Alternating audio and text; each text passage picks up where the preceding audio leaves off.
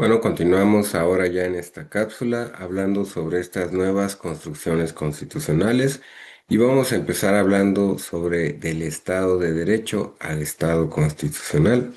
Y podemos decir que el siglo XIX es el siglo del Estado de Derecho, o según la expresión alemana, del Rechtsstaat. Y en la tipología de las formas del Estado, el Estado de Derecho o Estado bajo el régimen de derecho se distingue del Machtstaat o Estado bajo el régimen de fuerza, y esto quiere decir el Estado absoluto característico del siglo XVII, y del Polistat, que es el Estado bajo el régimen de policía, y esto quiere decir el régimen del despotismo ilustrado, orientado a la felicidad de los súbditos, característico del siglo XVIII, y con estas fórmulas se inician o se indican tipos ideales que solo son claros conceptualmente, porque en el desarrollo real de los hechos deben darse por descontado aproximaciones, contradicciones, contaminaciones y desajustes temporales que tales expresiones no registran, y estas, no obstante, son útiles para recoger a grandes rasgos los caracteres principales de la sucesión de las etapas históricas del Estado moderno. La expresión Estado de Derecho es ciertamente una de las más afortunadas de la ciencia jurídica contemporánea y contiene, sin embargo, una noción genérica y embrionaria, aunque no es un concepto vacío o una fórmula mágica. Como se ha dicho para denunciar un cierto abuso de la misma, el Estado de Derecho indica un valor y alude solo a una de las direcciones de desarrollo de la organización del Estado,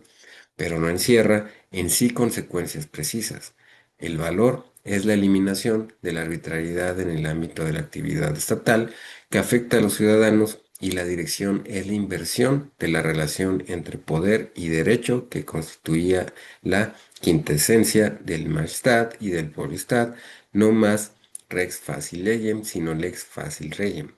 Semejante concepto es tan abierto que todas las épocas, en función de sus exigencias, han podido llenarlo de contenidos diversos, más o menos densos, manteniendo así continuamente su vitalidad. El propio Estado constitucional, que es la forma del Estado típica de nuestro siglo, es presentado con frecuencia como una versión particular del Estado de Derecho.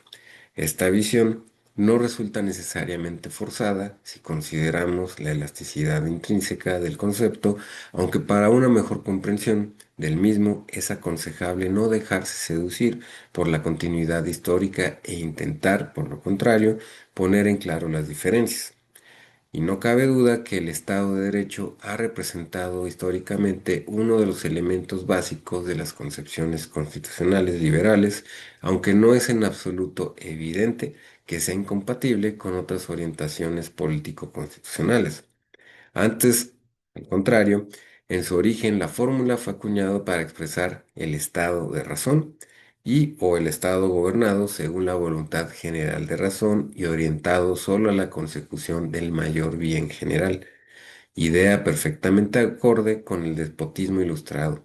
Entonces, luego podemos decir, en otro contexto, que pudo darse de él una definición exclusivamente formal, vinculada a la autoridad estatal, como tal y completamente indiferente a los contenidos y fines de la acción del Estado, cuando, según la célebre definición de un jurista de la tradición autoritaria del derecho público alemán, se establecía como fundamento del Estado de Derecho la exigencia de que el propio Estado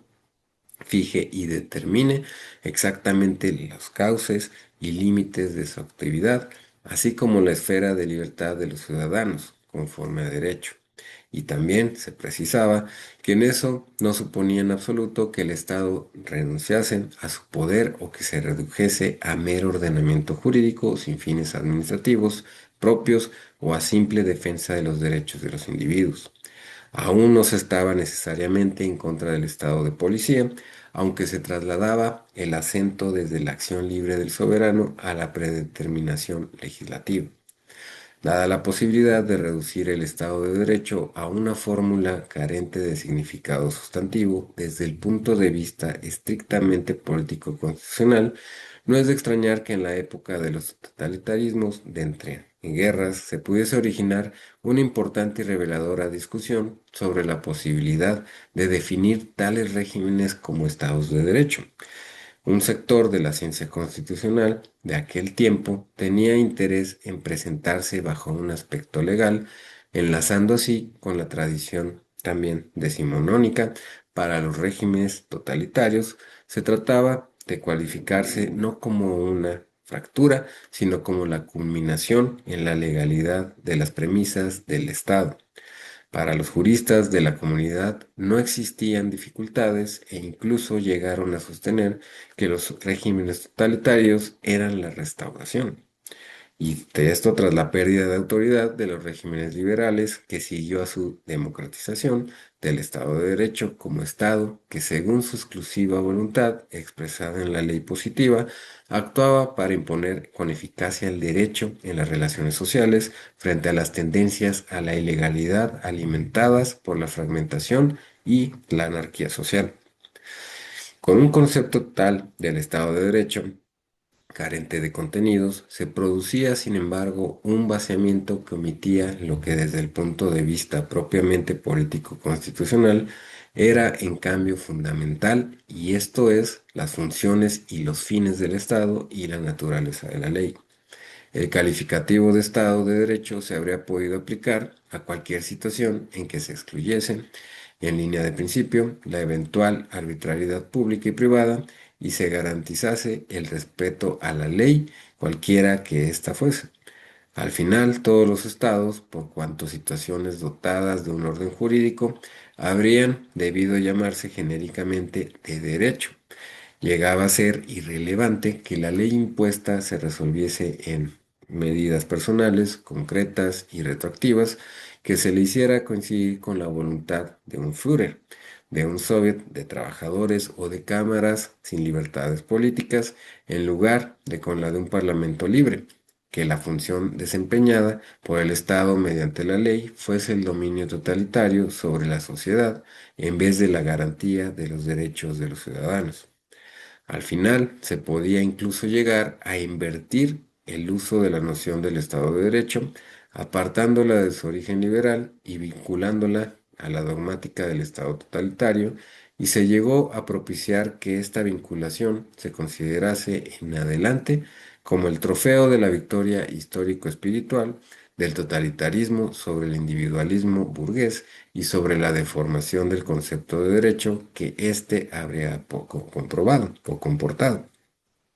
Pero el Estado liberal de derecho tenía necesariamente una connotación sustantiva relativa a las funciones y fines del Estado, y en esta nueva forma de Estado característica del siglo XIX, lo que destacaba en primer plano era la protección y promoción del desarrollo de todas las fuerzas naturales de la población como objetivo de la vida de los individuos y de la sociedad. La sociedad, con sus propias exigencias y no la autoridad del Estado, comenzaba a ser el punto central para la comprensión del Estado de Derecho, y la ley, de ser expresión de la voluntad del Estado, capaz de imponerse incondicionalmente en nombre de intereses trascendentes propios, empezaba a concebirse como instrumento de garantía de los derechos. En la clásica exposición de Derecho Administrativo de Otto Mayer, la idea de Rechtsstaat en el sentido conforme al Estado liberal se caracteriza por la concepción de la ley como acto deliberado de un parlamento representativo y se concreta en la supremacía de la ley sobre la administración, la subordinación de la ley a la ley y solo a la ley de los derechos de los ciudadanos, con exclusión, por lo tanto, de que poderes autónomos de la administración puedan incidir sobre ellos. La presencia de jueces independientes con competencia exclusiva para aplicar la ley y solo la ley a las controversias surgidas entre los ciudadanos y entre estos y la administración del Estado. De este modo, el Estado de Derecho asumía un significado que comprendía la representación electiva, los derechos de los ciudadanos y la separación de poderes, un significado particularmente orientado a la protección de los ciudadanos frente a la arbitrariedad de la administración. Con estas formulaciones, la tradicional concepción de la organización estatal, apoyada solo sobre el principio de autoridad, comienza a experimentar un cambio. El sentido general del Estado liberal de derecho consiste en el condicionamiento de la autoridad del Estado a la libertad de la sociedad en el marco del equilibrio recíproco establecido por la ley. Y este es el núcleo central de una importante concepción del derecho preñada de consecuencias. Hasta aquí vamos a concluir esta cápsula y vamos a hablar en la siguiente cápsula todavía sobre estas nuevas construcciones constitucionales y vamos a hablar sobre una transformación de la soberanía.